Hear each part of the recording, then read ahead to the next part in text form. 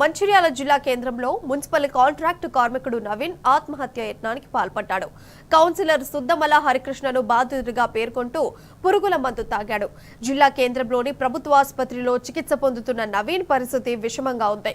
కాగా మంచిర్యాల మున్సిపాలిటీలో ఉద్యోగం ఇప్పిస్తానని డబ్బులు తీసుకున్న కౌన్సిలర్ మోసం చేయడంతోటే నవీన్ సూసైడ్ అటెంప్ట్ చేసినట్టుగా తెలుస్తోంది.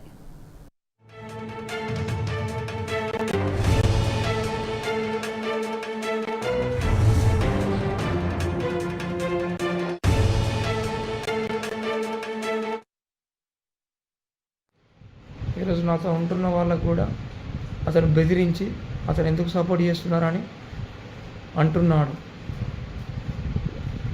కావున నా చావుకు పూర్తి బాధ్యత మొత్తం సుద్దమల హరికృష్ణదేనని నేను ఈ వీడియోలన్నీ అప్లోడ్ చేసినాక ఇంకో 24 గంటల్లో నేను సూసైడ్ చేసుకుంటానని చెప్తున్నాను. ఎవరి అంటే హరికృష్ణ అన్న వల్ల ఆయన దగ్గరికి పోయినాం. మా అబ్బాయిని తీసుకొని పోయినాం. పోతే 50,000 రూపాయలు అడుగుతాయి. 50,000 కావాలి అన్నాడు. అయ్యో అన్న ఇప్పటికే 2 లక్షల రూపాయలు అప్పైననే ఇంట్లో టూర్ చేయబట్టి నాతో 50,000 కావాలంటే 50,000 కాకపోతే పని కాదు, 5 లక్షల రూపాయల పని 50,000కు నేను ఇప్పిస్తాను. 50,000 అయితే నీకు పని అయితే లేకపోతే రాదు ట్రై చేసిన, కానీ ఏదో దొరకలే.